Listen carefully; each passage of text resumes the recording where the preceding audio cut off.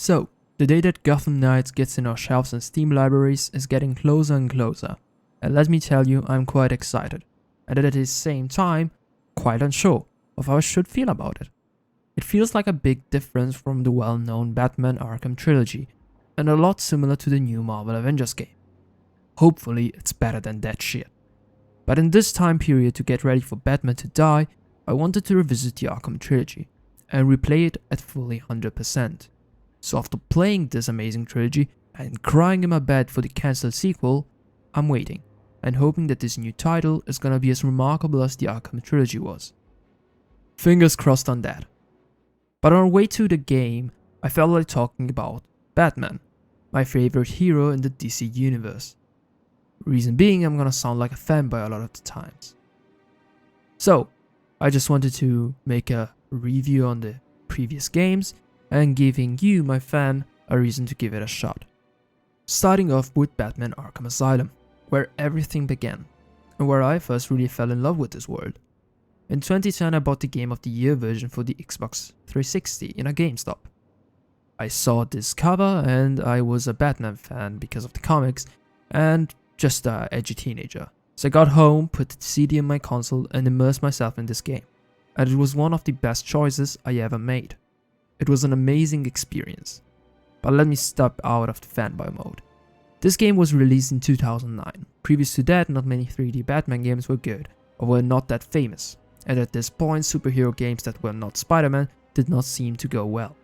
And Warner Bros. Proved us wrong with the Caped Crusader. In this game you are Batman, aka Bruce Wayne. Duh. And you just captured Joker. But Batman is skeptical because Joker did not make an effort and let himself get captured pretty easily. So he escorted Joker through Arkham Asylum. But as soon as Batman was cut off and couldn't proceed, Joker freed himself, and come to find out that Harley Quinn, hotter than usual, was monitoring everything and was ready to take over the asylum. So Batsy Boy, more horny than usual, seeks the clown and tries to capture him inside the Joker new playhouse, filled with psychopaths and bodies. Your goal is to find out what the Joker plan is and stop him before he sets it in motion. With in between a big adventure inside the small island, filled with bigger villains in the Batman universe, with many Easter eggs and cool features for the big fans of the series. But just story won't make a good game, and you're completely right. You need to see the gameplay as well, and that's where it also peaks. The combat system, for one, is the best that was ever introduced in action-adventure games. It was fast, simple, responsive, and most importantly fun. You will enjoy every single time you get involved in a fight, and you will love it to smack the shit out of your enemies. It has also a lot of variety and will get harder over time with different type of enemies and or more enemies.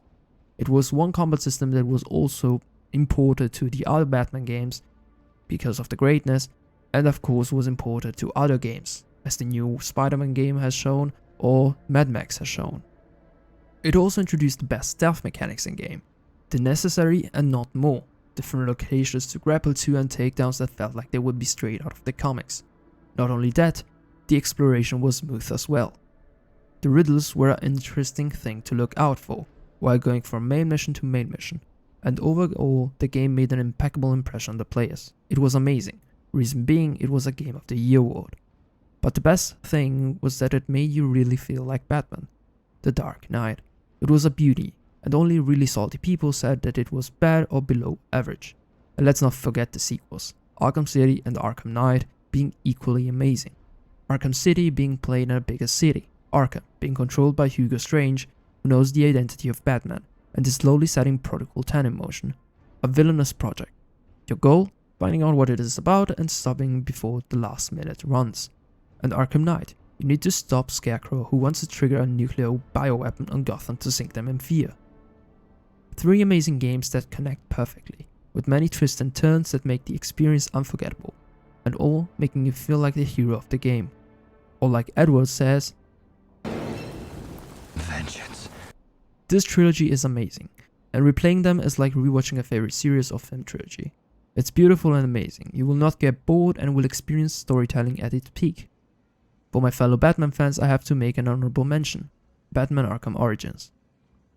I only played it recently and I have to say, it is not as bad as people online will tell you. Of course you cannot compare to the main trilogy, but it's not the less amazing and should be acknowledged. It had in my opinion a great explanation of the origin of Joker, and it also had one of the best DLC in the Arkham series. Cold Heart. Let's not beat around the bush, but Arkham Origins has its flaws, but it remains a good title to play. Now let's get back on track. Where was I? Alright, so the trilogy also had an immense impact on the newer games. Like I mentioned, the Spider-Man game would not have this combat system if it wasn't for Batman. Mad Max would not look as cool if it wasn't for the smooth combat system that was took from Batman, and all games with this combat system can't go wrong.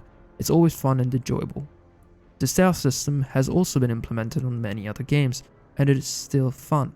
There's great progression of the character with the hand of the skill tree, enemies that learn from your mistake, and so making the stealth part more challenging from one to the next. Not only the skills but also gadgets help you to get better advantage on your enemies, if used in the right way of course. The boss fights are also amazing, with clear differences from one to the other and being memorable. All side missions being equally different and equally amazing. The only thing that you will hate is probably the flipping Riddler's trophies. I did collect all of them, but it's still a pain in the ass. And to get them is worthless in the Asylum game and the Origin game, and the City game as well. Because the boss fights in the end is so weak and useless. In Asylum there isn't even one. So all in all, this game is amazing. There are a couple of things that you will not like, but that's okay, because it's mostly on this side. If you just want to enjoy the main story, you can. I also may have to make a point on technical part of the game. It is flawless. In the times I have replayed these games, I have not encountered groundbreaking bugs or issues. Everything works perfectly, and nothing more was expected from Warner Bros. So if you want to know what it feels to be the Dark Knight, you should give it a go. Asylum being the first one. If you liked this video, give me a comment. Don't forget to subscribe, click the bell, and I see you next time.